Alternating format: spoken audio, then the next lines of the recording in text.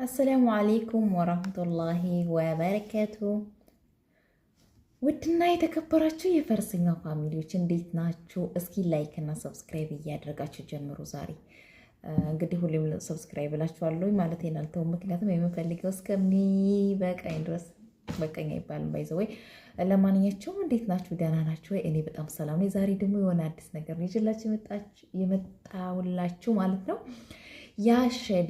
ያሸለመኝን የተሸለምኩበትን የሆነ ጽሁፍ ላጋራችሁ። ጽሁፍ ስላችሁ የሆነ እንደ ግጥም አይነት ሆኖ ትንሽ ሊገጣጠም ብሎ ያልተገጣጠመ ቤት ሊመታ ብሎ ያልመታ አይነት ነገር። ሁሌም ስለ ስደተኞች ነው እንግዲህ እኔ የማወራው። ይሄም ጽሁፉ ወይም ግጥሙ ያልገጠመው ነገር ማለት ነው ስለ ስደት ነው። ሜቢ የዛሬ አመት በፊት ነው ተጽፎ ቆይ አይዋ ኦገስት 17 2024 ነው የተጻፈው። አመት አልፎታል ማለት ነው።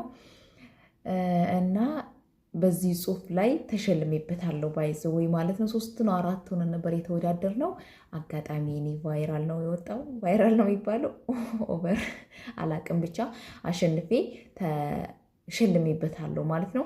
እና ለምን አላካፍላችሁም ብዬ በሰዓቱ በእኔ ቻናል ላይ ስላልሆነ የተለቀቀው ያልሰማችሁ ልጆች ለምን አላሰማችሁም? ለአዲሶቹ ቤተሰቦች የጻፍኩትን በእኔ የተጻፈ በእኔ የተነበበ በእኔ የቀረበ እኔ የተሸለምኩበትን ላጋራችሁ ብዬ ይዤ መጥቻለሁ። እስኪ ላንብበው። እንግዲህ አላጠናሁትም፣ ከአመት በፊት ያነበብኩት ነው። ልሳሳት እችላለሁኝ። እያረማችሁና እያስተካከላችሁ አዳምጡት ማለት ነው። ቢስሚላ። ስደት ይላል ርዕሱ። ያው እንደነገርኳችሁ ስደትን በተመለከተ ነው። ስደት ማለት ምን አይነት ስደት ማለት?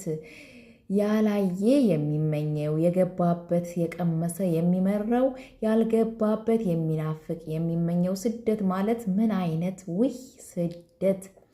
ያኔ እኮ ስደት አልነበረም። እኛ ሳንመጣ ሳንሰደድ ሳንገባበት ሳንማገድ ከያዘ ከማይለቀው ከሰው ሀገር ገመድ ስሙ ሲያምር የአረብ ሀገር ውጭ ሀገር ወርቅ ብር የሚገኝበት ገንዘብ እንዳፈር የሚዘገንበት ነበር ስሙ።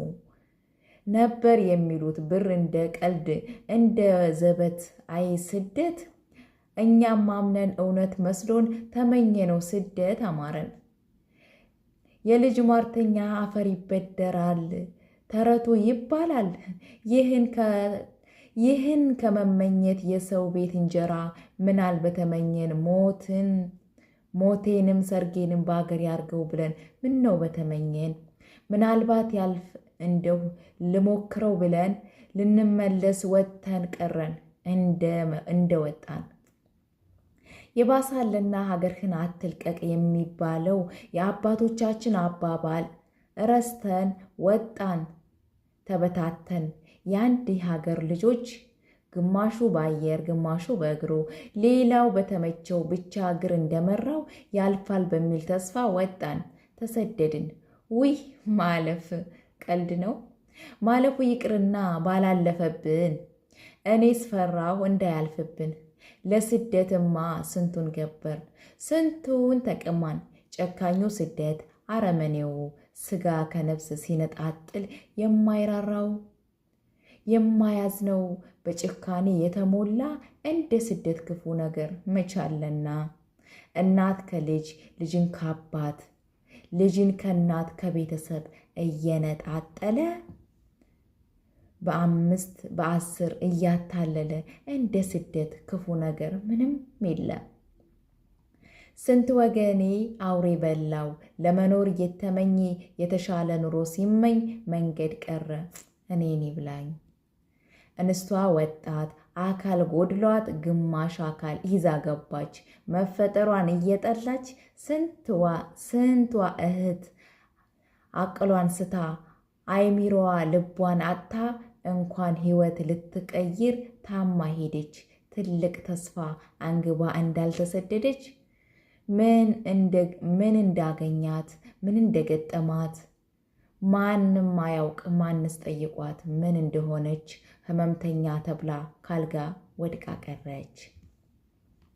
ደግሞ አሉ አንዳንዶች እንዴት ነሽ ደህና ነሽ ሰላም ይሉኝና የናፈቁኝ መስለው ሰላም መሆኔ ያሳሰባቸው አጥብቆ ጠያቂ አሉ ማማቸሬ የማያልቅባቸው የሚያወሩት ወሬ አመጪም ሀገር አገቢም ሀገር አየሩ አልናፈቀሽም ይሉኝና ያዘኑ መስለው ለኔ ደጋፊ ከንቱ ምላሳም ወሬኛ ለፍላፊ ዝም ብዬማ ጆሮ ሰጥቼ ከሰማኋቸው ማለቂያ የለው ጥያቄ ሆነ ትዕዛዛቸው። ላኪልኝ ማለት የማይደክማቸው ምነው ባይሉኝ ውሎና አዳሪ ወይ እንዲህ ምነው ባዩልኝ ውሎና አዳሬን ወይ እንዲህስ አይባልም የኔን አይስጣቸው። ውሎና አዳሬን አያሳያቸው ስደትን በሩቅ ያርቅላቸው። ቢያስከፉኝም ቢያዝንም ልቤ ስደትን አይቅመሱት ይብቃ በኔ። ጨክኖ የሚራገም የለኝም ወኔ ስደት እንግልቱ ይበቃል በኔ። አትመጭም ወይ አትገቢም ከሀገርሽ የሚሉኝ ብዛታቸው አይበቃሽም ቆየሽ እኮ ኧረ በዛ ይበቃሻል ያሉኝ ምኑን ይሆን ግን የሚበቃኝ? ምኑን ነው ቆይ የበዛብኝ? ድካም ስቃይ እንግልቱ ያለ እረፍት መንከራተቱ ልፋቱ ከሆነ ይብቃሽ ያሉን የእውነት ነው ደክሞኛል ይበቃኛል። በዛ ያሉትስ ምኑን ይሆን? የሰው ጓዳ ቤት አድማቂ አገልጋይ አኗኗሪ አንገት ደፍቶ ባለ ተስፋ ሁሌ ፈሪ ሆኜ መኖር ከሆነ በዛ ያሉት ከገባቸው ከተረዱት የእውነት በስቷል። አቅሜም ደክሟል ሰልችቶኛል አልፎ አልፎም ያመኛል አዎን በስቶብኛል ይበቃኛል። ኡፍ ግን ስደት በዋዛ መች ይለቀኛል መሰለኝ ጠረጠርኩኝ እንጂ እነሱስ ያሉኝ ሌላ ነው። ገንዘብ የሞላኝ መስሏቸው ነው በቃሽ በዛብሽ አሉኝ። በእነሱ ቤት በአሽሙር ሲነግሩኝ አያውቁም ስንት እንዳሳለፍኩ ወንድም እህቴን እናት አባቴን ለመርዳት ስሰራ አጥፌ አንጀቴን የኖርኩኝ ስረዳ ሁሉን በየግሉ አሁን ከየት ይመጣል ብር ብር ብር አላት ቢሉ አዛኝ ቅቤ አንጓች ይሉኛል ሀገርሽ ግቢ አልሳካ ቢለው ነው ባይሞላለት ማንም ሰው አይጠላም ሀገሩ ቤት ሀገሩ መግባት። መስከረምም አልፎ ይመጣል መስከረም አልሞላ ብሎናል አልጠረቃቀም ስደት እንደዋዛ በቀላል አይለቅም። ይሄው አለን ዛሬም በሰው ቤት በሰው ጓዳ የማይፈታ የማይለቅ የስደት ዕዳ የማይሞላ የማይያዝ የህልም ዓለም እንደ ስደት ክፉ ነገር ምንም የለም። ቢሆንም አልሐምዱሊላህ በህይወት የቆየ ሰው አያጣም መላ። ወቀሳ ከሰሳ ኡፍ አበዛሁኝሳ የስደትን መልካም ጎኑን ዘነጋሁት። ስደት አይኑ ይጥፋ እንደሚሉት ውለታውን እኔም ካድኩት። አረ የለም አልክደውም ውለታውን ሳላወሳ ሳልናገር የጀመርኩት ከመጥፎ ነገር ሙሉ ፍጹም የሆነ ነገር አለ እንዴ በዚህ ምድር በዚህ ዓለም?